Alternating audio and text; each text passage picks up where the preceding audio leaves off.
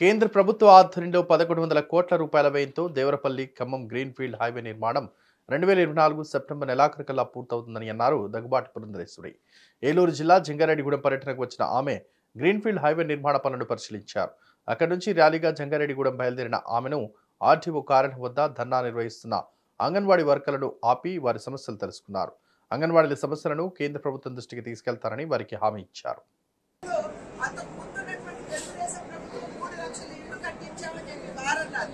కానీ ఆ ఇల్లు కూడా ఏ పేదవాడికి ఇవ్వలేదు.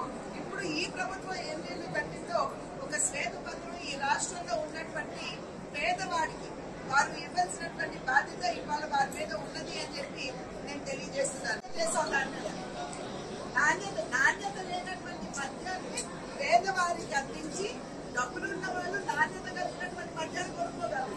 కానీ నాణ్యత లేనటువంటి మద్యాన్ని అలా అనుచరులతో అంటే తనకి చాలా దగ్గరగా ఉన్నటువంటి వారి చేత వారు ఏదైతే పరిశ్రమలు పెట్టారో అక్కడ నాణ్యత లేనటువంటి మద్యాన్ని తయారు చేసి పేదలకు తాగించి వారి జీవితాలతో ఆడుకుంటున్నారని మొట్టమొదట ఉద్యమం చేస్తే భారతీయ జనతా పార్టీ.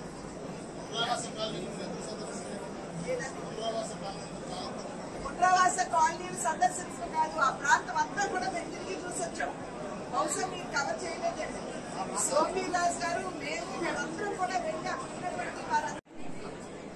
ఏ మాత్రం కూడా ఆంధ్ర రాష్ట్రానికి తన సహకారాన్ని అందించడం లేదు అనేటువంటి ఒక అపవాదు భారతీయ జనతా పార్టీపై వివిధ పార్టీలు రాజకీయ పార్టీలు వేసినటువంటి సందర్భంలో ఇవాళ ఒక్కసారి మనం చూసినట్లయితే ఆంధ్ర రాష్ట్రంలో జరిగే ప్రతి అభివృద్ధి కార్యక్రమంలో కూడా కేంద్ర ప్రభుత్వం యొక్క భాగస్వామ్యం ఉన్నది.